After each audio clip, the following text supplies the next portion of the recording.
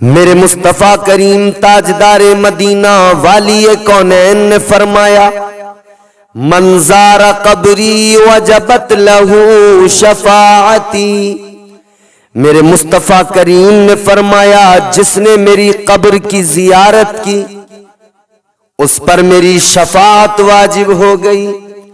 آقا کا فرمان جس نے میرے روضہ انور کی زیارت کی، جس نے میری قبر کی زیارت کی، لوگوں آقا فرماتے اس پر میری شفاعت واجب ہو گئی۔ کتنے خوش نصیب ہیں وہ لوگ جو آقا کے روضے پہ پہنچتے ہیں، کتنے مقدر کے دھنی ہیں وہ لوگ جو مصطفیٰ کے روضے کی زیارت کیا کرتے ہیں۔ آنے والا ہے حج کا موسم، اللہ کے مہمان بن کر دنیا بھر سے لوگ جائیں گے۔ جب مصطفیٰ بلائیں گے، جب حکم ہوگا بلاوا آئے گا، عاشق دنیا کے کسی بھی خطے میں ہو آقا بلائیں گے تو انتظام خود بخود ہو جائیں گے۔ عاشقوں کا معاملہ تو یہی ہے نا۔ حج کرنے والوں، حج کو جانے والوں، عمرہ کرنے والوں، مصطفیٰ کے روضے کی زیارت کرنے والوں، کعبے کا طواف کرنے والوں، فرمایا گیا جو حج کرنے کے لیے جاتا ہے، جب حج کر کے وہ واپس آتا ہے، اللہ تعالیٰ اس کے سارے گناہوں کو معاف کر دیا کرتا ہے، اور وہ ایسا ہو جاتا ہے جیسے ابھی اپنی ماں کے پیٹ سے پیدا ہوا ہے، اس کے ذمے کوئی گناہ باقی نہیں رہتا۔ مگر عجیب تماشا ہے، کچھ حاجی حج کرنے تو جاتے ہیں مگر جب واپس آتے ہیں تو ان کی مکاریاں کچھ اور زیادہ بڑھ جاتی ہیں، اور کچھ حج کو جانے والے ایسے، اور آج کل تو سوشل میڈیا کا زمانہ ہے نا، ایک عجیب سا ٹرینڈ چلا ہے۔ آج کل ایسا محسوس ہونے لگا کہ جیسے لوگ حج کرنے نہیں جا رہے، جیسے لوگ عمرہ کرنے نہیں جا رہے، بلکہ صرف اور صرف سیلفی کے لیے جا رہے ہیں۔ سوشل میڈیا پر لوگوں کو صرف یہ دکھانے کے لیے کہ ہم نے دیکھو کعبے کا طواف کیا ہے، وہاں پر ذرا ویڈیو بنائیں گے، وہاں پر ذرا سے فوٹو دو چار کھچیں گے، پھر وہ فیس بک پر، پھر وہ باقی سوشل میڈیا پلیٹ فارم پر آئیں گے، دنیا کو پتہ لگ جائے فلاں صاحب عمرہ کرنے گئے۔ اب بعض لوگ تو اسی پر اتر آئے ہیں پوری طرح سے، بس ارکان حج ادا ہو یا نہ ہو، ویڈیو برابر بن جائے، فوٹو برابر کھچ جائے۔ عمرے پہ جا کر فوٹو ویڈیو کھینچنے کھچانے والوں، اتنا بھی یاد رکھنا اگر ارکان حج ادا نہیں ہوئے تو وہ جانا آنا سب بیکار ہو گیا۔ حج نہیں ہوا تو بتا مجھے وہ تیرا پیسہ کہاں، تو نے جو حج پہ جانے پہ خرچ کیا تھا کس کام میں آیا؟ بندہ حج اس لیے تو نہیں کرتا نا کہ فوٹو کھچائیں صرف۔ اللہ کے گھر میں جانے والوں، اللہ کے گھر کا طواف کرنے والوں، اللہ کے گھر کی زیارت کرنے والوں، کیا ہے خدا کا گھر؟ فرمایا گیا وہ اللہ کا گھر مقدس کعبہ جہاں پر اللہ کی ہر لمحہ 120 رحمتیں نازل ہوتی ہیں۔ اچھا کچھ حاجی تو صرف اس منشا کے تحت جا رہے، کچھ ایسے حاجی ادھر لوگوں کی زمین مار کے حج کرنے چل پڑا، ادھر بھائیوں کا مال مار کے حج کرنے چل پڑا، ادھر غریبوں کا خون چوسا حج کرنے جا رہا ہے، ادھر پڑوسیوں پر زیادتیاں کر کے حج کرنے گیا ہے، ادھر لوگوں کو ستاتا رہا، تکلیفیں دیتا رہا، پریشانیوں میں لوگوں کو ڈالتا رہا، پھر یہ حج کرنے گیا چاہتا ہے جب واپس آؤں بگلا بن جاؤں، بالکل سارے میرے گناہ معاف ہو جائیں۔ یاد رکھنا اللہ تبارک و تعالی سارے گناہوں کو معاف تو کر دیتا ہے، لیکن جو حقوق العباد کا معاملہ ہے، اگر کسی غریب کا دل دکھایا ہے، جب تک وہ غریب معاف نہیں کرے گا اللہ بھی معاف نہیں کرے گا۔ اگر کسی کی ادھر زمین ماری ہے، جب تک وہ معاف نہیں کرے گا اللہ بھی معاف نہیں کرے گا۔ اگر ادھر کسی کا مال غصب کر لیا، جب تک اس کا حق تیرے ذمے باقی ہے تجھے اللہ بھی معاف نہیں کرے گا۔ تو ادھر غریبوں کا خون چوس کے، مال مار کے، بھائیوں کو ستا کے، پڑوسیوں کو ستا کے، اب نکلیں گے بہت حاجی، حج کا موسم آنے والا ہے۔ مگر سنو میرے عزیزو، میں تمہیں ایک حاجی کے بارے میں بتاؤں۔ حاجی ہے، حج کرنے چلا ہے، اپنے گھر سے یہ حاجی حج کرنے نکلا، ابھی کوفہ میں پہنچا ہے، قافلہ قیام کیا ہے کوفہ شہر کے اندر، نماز عصر کا وقت ہے، وہ انسان مسجد کی پیریوں پر، کوفہ کی جامع مسجد کی پیریوں پر چڑھ رہا ہے اوپر نماز ادا کرنے کے لیے۔ مسجد میں جاؤں گا نماز پڑھوں گا، لیکن چڑھتے ہوئے اس کی نظر پڑی ایک برقعے میں خاتون ہے، پردے کے ساتھ ایک خاتون ہے، ایک کچرے کے ڈھیر پر ایک جانور مرا ہوا پڑا ہے، مردار ہے۔ یہ پردے سے آنے والی خاتون اس مردار جانور کے گوشت کو کاٹ کر اپنے تھیلے میں رکھ رہی ہے۔ آنے والا کون تھا میرے عزیزو؟ آنے والی شخصیت کا نام حضرت عبداللہ ابن مبارک۔ اللہ اکبر۔ آپ جامع مسجد کی پیریوں پر تھے، مسجد کے اندر جانا چاہتے تھے کہ نظر پڑ گئی ایک خاتون ہے جو ایک مردار مرے ہوئے جانور کا گوشت کاٹ کاٹ کر اپنے تھیلے میں رکھ رہی ہے۔ اس نے وہ گوشت کاٹ کر اپنے تھیلے میں رکھا اور چلنے لگی۔ حضرت عبداللہ ابن مبارک بھی پیچھے پیچھے چلنے لگے، سوچ رہے کہیں ایسا تو نہیں ہے کہ یہ مردار کا گوشت لے جا کر کہیں بیچنے والی تو نہیں ہے، لیکن آپ اس کے پیچھے پیچھے اس کا تعاقب کرتے رہے، پیچھے پیچھے چلتے رہے۔ ایک گلی سے گزری، دوسری گلی میں پہنچی، دوسری سے گزری، تیسری میں پہنچی۔ وہ عورت آگے اپنا راستہ طے کرتے ہوئے گلی سے مڑی اور ایک دروازہ کھولا، اس کے اندر داخل ہو گئی۔ یہ بھی پیچھے پیچھے، یہ بھی اس دروازے پہ پہنچے۔ دروازے کے سوراخ سے جھانک کر اندر دیکھنے لگے کہ آخر اندر ہونے والا کیا ہے۔ جب انہوں نے اندر کا حال دیکھا، جیسے یہ خاتون پہنچی، 2-3 بچیاں آ کر اس کو لپٹ گئیں۔ اس نے بچیوں کو سینے سے لگایا، پیار کیا، آنکھوں میں آنسو ہیں۔ بچیاں کہتی ہیں ماں بھوک لگی ہے، اے ماں اگر کچھ کھانے کو لائی ہو تو ذرا دے دو، بھوک لگی ہے۔ یہ کہنے لگی میرے بچوں، اے میری بچیوں، کھانے کے لیے لے کر آئی ہوں، انتظام کر کے لائی ہوں، اب بناؤں گی جلدی پھر تمہیں کھلاؤں گی۔ اے میری بچیوں، میں جانتی ہوں تم نے کئی روز سے کچھ نہیں کھایا ہے۔ اللہ اکبر۔ جب یہ اندر کا حال دیکھا، آنکھوں میں آنسو آ گئے، آنکھوں میں آنسو آ گئے، دل ڈوبنے لگا، غمگین ہو گئے۔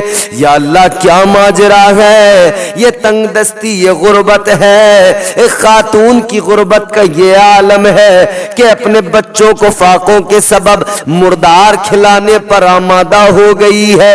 اس نے ہانڈی چڑھائی ہے، چولہے پر آگ جلائی ہے اور وہ مردار کا گوشت پکنے کے لیے رکھ دیا ہے۔ ادھر انہوں نے دروازہ کھٹکھٹا دیا، اندر سے ایک بچی کی آواز آئی، کون؟ آپ نے فرمایا میں عبداللہ ابن مبارک۔ اے بیٹی ذرا اپنی اماں کو بھیجو، وہ میری بہن ہے، پردے کی آڑ سے آ جائیں، دو باتیں مجھے کرنی ہے۔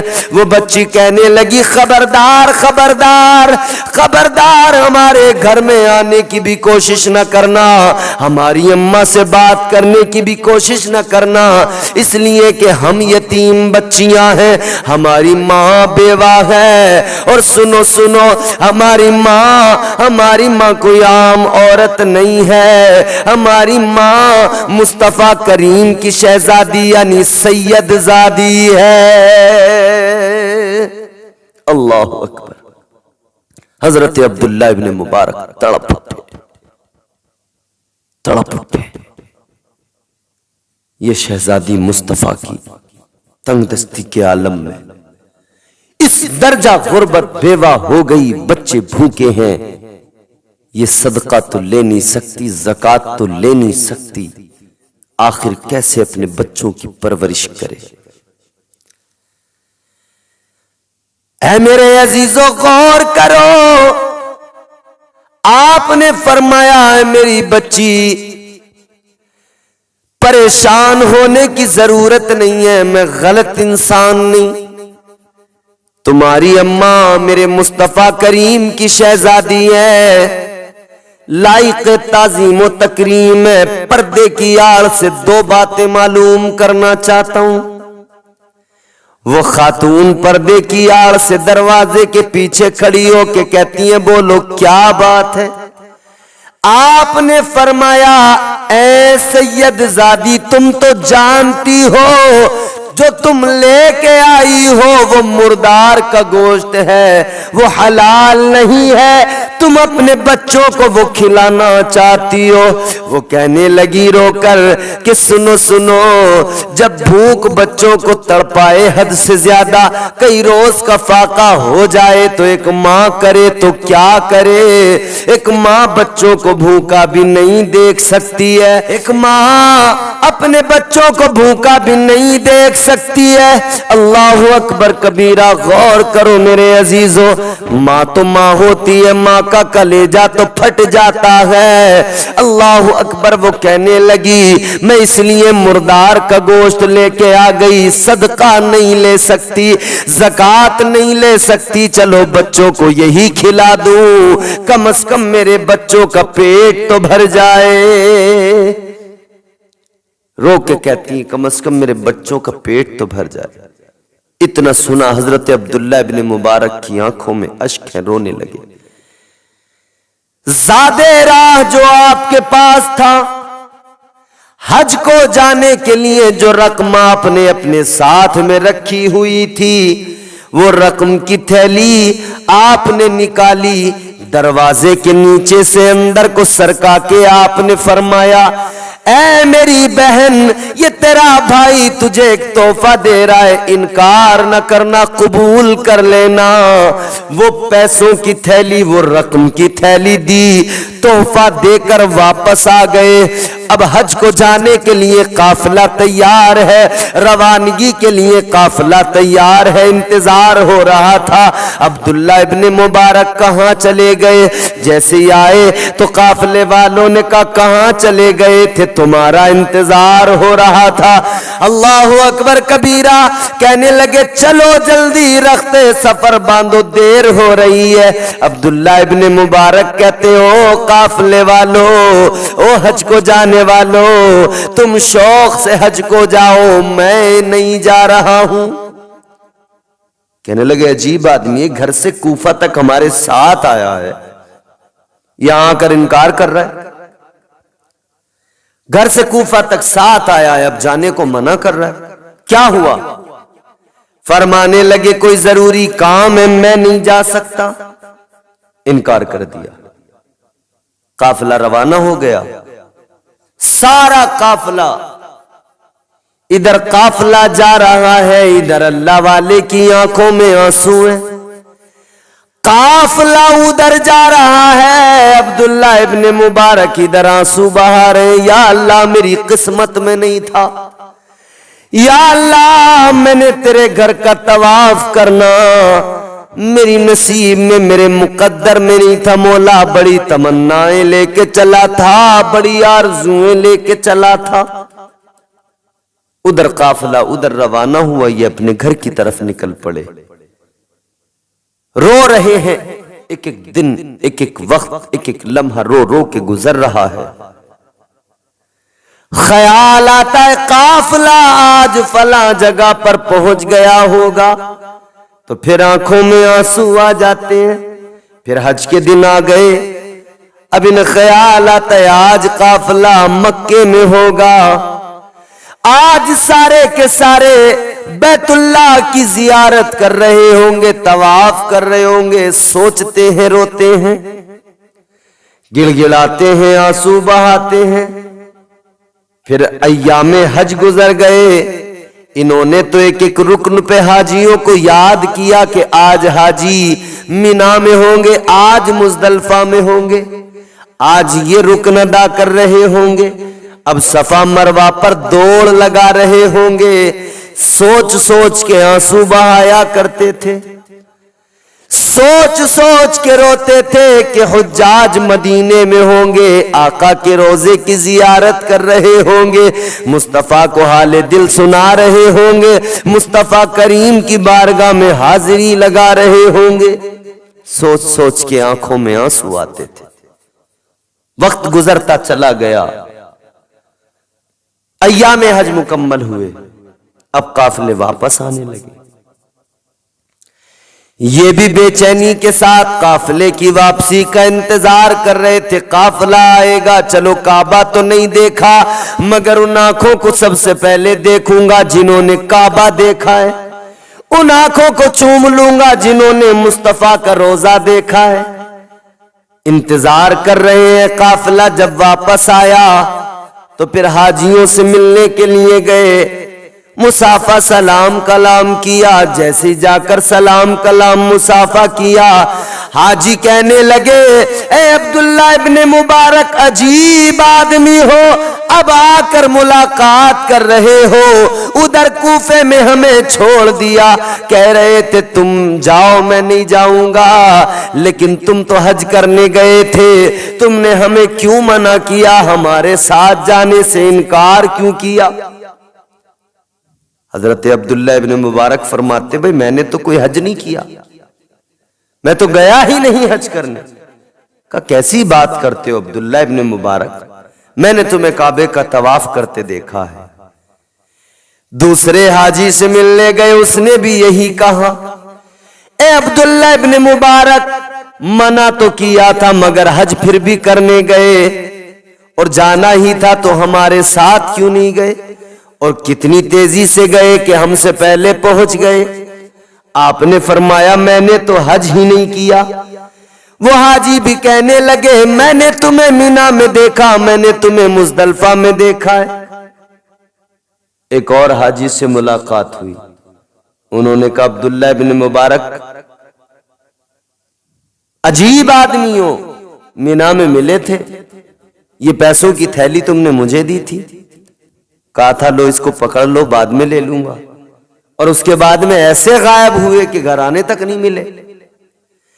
کہنے لگے لو یہ اپنے پیسوں کی تھیلی، اپنے رقم کی تھیلی پکڑو جو تم نے مجھے ادھر دی تھی، میں اب تک سنبھال کے رکھ رہا تھا، تم نہیں ملے تو تمہارے پیسوں کی تھیلی سنبھال کے لے کر آیا ہوں، لو اپنی رقم پکڑو۔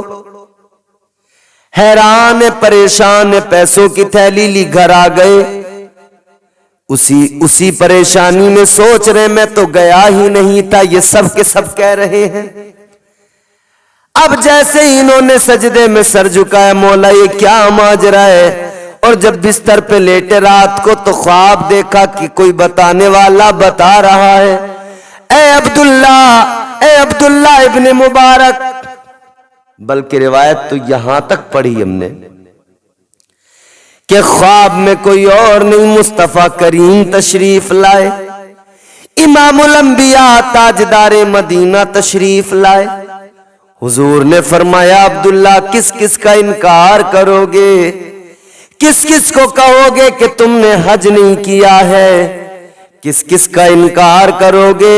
اے عبداللہ جو کہہ رہے کہنے والے بالکل صحیح کہہ رہے ہیں، سنو سنو، ادھر تم نے میری شہزادی کی مدد کی، تم نے اس کو رقم کی تھیلی دی، ادھر تم اپنے گھر کی طرف چل پڑے تو اللہ نے اسی وقت ایک تمہاری شکل میں فرشتے کو اللہ نے مقرر کر دیا، ایک فرشتے کو مقرر کر دیا تمہاری شکل میں، تمہاری شکل اختیار کر کے وہ فرشتہ حج کرنے گیا، اس نے حج کیا، ارکان حج ادا کیے، وہ مینا میں بھی تھا، مزدلفہ میں بھی تھا۔ اور سنو سنو عبداللہ ابن مبارک، تم نے ہماری شہزادی کی مدد کی تو سنو، اس مدد کے بدلے میں ادھر تمہارا حج بھی ہو گیا، اور جو تم نے رقم دی تھی اس کی دگنی رقم بھی تم کو مل گئی۔ اور سنو عبداللہ ابن مبارک، سنو، انسان حج کرنے آتا ہے، سفر کرتا ہے، مگر تم قسمت پہ ناز کرو، تم جاؤ نہ جاؤ، اللہ نے اس فرشتے کو قیامت تک کے لیے مقرر کر دیا ہے، اس کا کام یہی ہے، وہ قیامت تک تمہاری جانب سے حج ادا کرتا رہے گا۔ ایسے بھی حاجی کہ جو اپنے پڑوسیوں کا دل دکھا کے جاتے ہیں، مگر یہ ہے کہ حج کو نہیں گئے مگر کسی غریب کی مدد کی، تو پھر اللہ تعالی نے کتنا کرم فرمایا، انعام و اکرام کی بارشیں ہو گئیں، حضور بھی راضی، رب بھی راضی، خدا بھی راضی، مصطفیٰ بھی راضی۔ تو حج کرنے والوں، عمرہ کرنے والوں، جاؤ تو ذرا قاعدے سے، قرینے سے جاؤ، جاؤ تو ذرا سلیقے سے جاؤ، حضور کی بارگاہ کا ادب ملحوظ رہے، اللہ کے گھر کعبۃ اللہ کا ادب ملحوظ رہے۔